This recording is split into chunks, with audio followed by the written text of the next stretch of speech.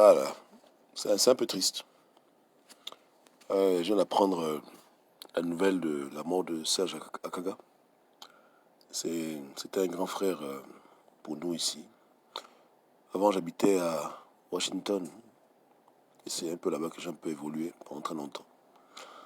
Donc, je l'ai connu chez un parent. Et c'était un bon grand. Ouais, c'était vraiment un grand très gentil, avec qui j'aimais beaucoup discuter parce qu'il parlait bien. Il était très éloquent, hein. Avec aussi le grand Serge Bessac. Voici nos grands avec qui on faisait les débats et qui étaient ici avant nous, dans la communauté de la diaspora. Ça, moi, me choque beaucoup parce que mon dernier, ma dernière discussion avec lui remonte à très longtemps, à plus de 10 ans. Et c'est bizarre parce que quand il m'avait appelé, il m'avait dit, mais Georges, je pensais que tu étais mort. Plus de nouvelles, plus rien, c'est comment, machin.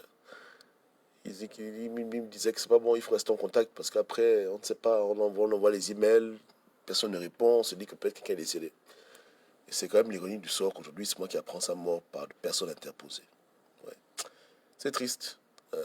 Donc, une pensée pour sa femme, son épouse, une pensée pour sa famille rapprochée et pour tous ceux qui l'ont connu, hein. Tous ceux qui l'ont connu comme moi, tous ceux qui l'ont vu. C'est la vie. Il y a un début, il y a une fin. Pratiquement pour tout, hein. Tout a un début et tout a une fin. Donc, célébrons la vie et surtout, gardons en mémoire les disparus. Ouais, disparus. Que Dieu prenne soin de son âme, que Dieu l'accueille là-bas où il est. Ce qui est sûr, c'est que tout le monde se reverra un jour. Ouais. C'est le chemin de tout le monde. Donc, aujourd'hui, c'est le grand qui part, demain, c'est quelqu'un d'autre. Mais c'est la vie. Ouais. Donc, le grand, repose en paix, Dieu te garde. Et merci pour ta vie. C'était un plaisir de te connaître. C'était un vrai plaisir. Désolé pour l'absence, mais il n'est jamais trop tard, hein. Voilà. C'est clair que, bon, pour ceux qui ne le savent pas, hein, ça c'est le petit Congo, ça. Il y a eu beaucoup d'associations de Gabonais, hein, aux États-Unis. Et malheureusement, la politique est toujours venue tout abîmer. Et à l'époque, tout le monde s'est séparé à cause de la politique. Mhm. Il y avait une association des Gabonais. Ensuite, ça a été un peu politisé. Il y a eu des prises de tête. Ce qui a fait que chacun est un peu parti dans son coin. Ouais. Mais bon, c'est pas grave, c'est comme ça la vie. Ouais. Mais être séparé ne veut pas dire qu'on ne s'aime pas ou bien qu'on se déteste. Être séparé, c'est simplement être séparé. La distance, on vit aussi dans un pays qui est très grand où c'est quasiment quitter d'un pays à un autre pour pouvoir se retrouver.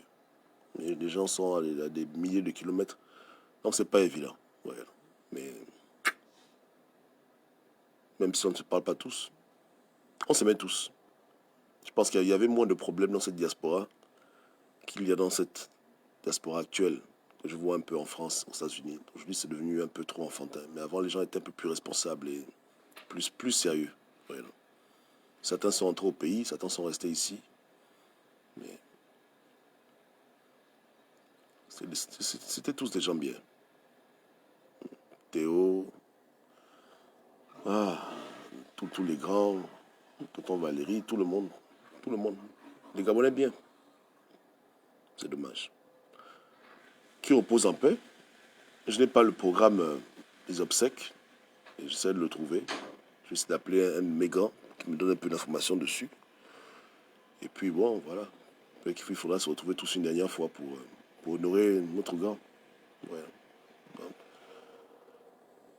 ceux qui ont les infos, n'hésitez pas. On est une box. Envoyez-moi même le mot de sa femme, je l'appellerai.